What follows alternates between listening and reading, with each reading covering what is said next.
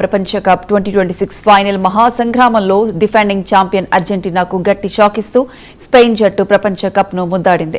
4వ ఛాంపియన్ గా నిలిచి సరికొత్త రికార్డు సృష్టించాలనే లియోనెల్ మెస్సీ బృందం ఆశలకు అడ్డుకట్ట వేసిన స్పెయిన్ ఏకంగా 16 ఏళ్ల సుదీర్ఘ నిరీక్షణ తర్వాత మళ్లీ ఫుట్బాల్ విశ్వ విజేతగా నిలిచి చరిత్ర సృష్టించింది.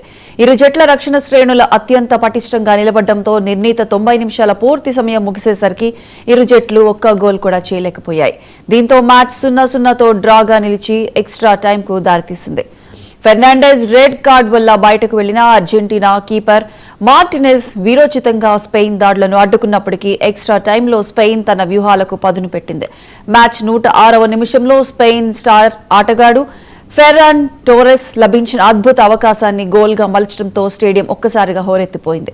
ఈ ఏకైక గోల్తో మ్యాచ్పై పూర్తి పట్టు సాధించిన స్పెయిన్ ఆఖరి వరకు ఆధిక్యాన్ని కాపాడుకుంటూ అర్జెంటీనాపై చారిత్రాత్మక విజయాన్ని నమోదు చేసి సరికొత్త ఫుట్బాల్ రాజ్యాంగాన్ని లిఖించింది.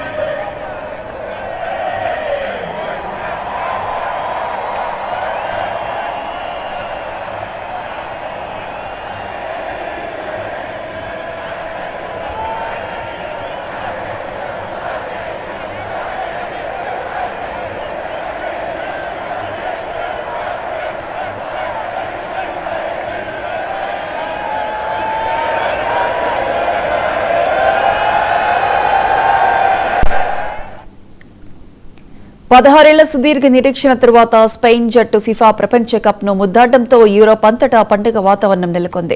అయితే మ్యాచ్ ముగిసిన వెంటనే న్యూజెర్సీ మైదానంలో ఉద్రిక్త పరిస్థితులు నెలకొన్నాయి.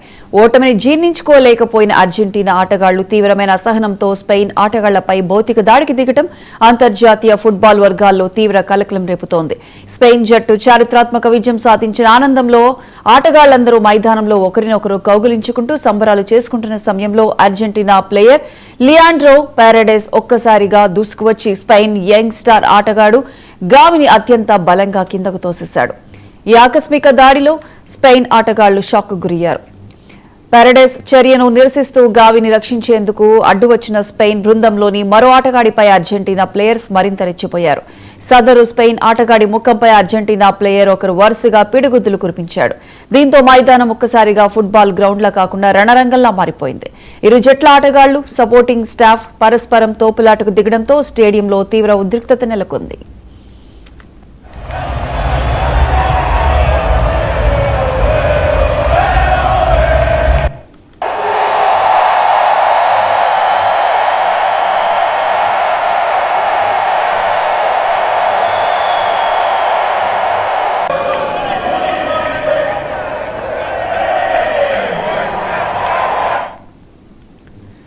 రెడ్ కార్డ్ జారీ చేసిన పరిస్థితి చేతులు దాటిపోవడంతో మ్యాచ్ రిఫరీ వెంటనే జోక్యం చేసుకున్నారు. దాడికి పాల్పడిన అర్జెంటీనా ఆటగాళ్లకు తీవ్ర హెచ్చరికలతో కూడిన రెడ్ కార్డ్ జారీ చేశారు. అయినప్పటికీ అర్జెంటీనా ఆటగాళ్లు ఏమాత్రం వెనక్కి తగ్గకుండా స్పెయిన్ ప్లేయర్లతో ఘర్షణను కొనసాగించారు.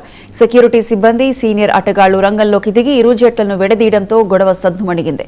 ప్రపంచ కప్ లాంటి అత్యున్నత వేదికపై, అది కూడా ఫైనల్ మ్యాచ్ ముగిసిన తర్వాత అర్జెంటీనా ఆటగాళ్లు ఈ రకమైన దురుసు ప్రవర్తనను దిగడంపై క్రీడాభిమానులు తీవ్ర ఆగ్రహం వ్యక్తం చేస్తున్నారు. ఈ దాడికి పాల్పడిన ఆటగాళ్లపై ఫిఫా కఠినమైన క్రమశిక్షణ చర్యలు తీసుకునే అవకాశాలున్నాయి.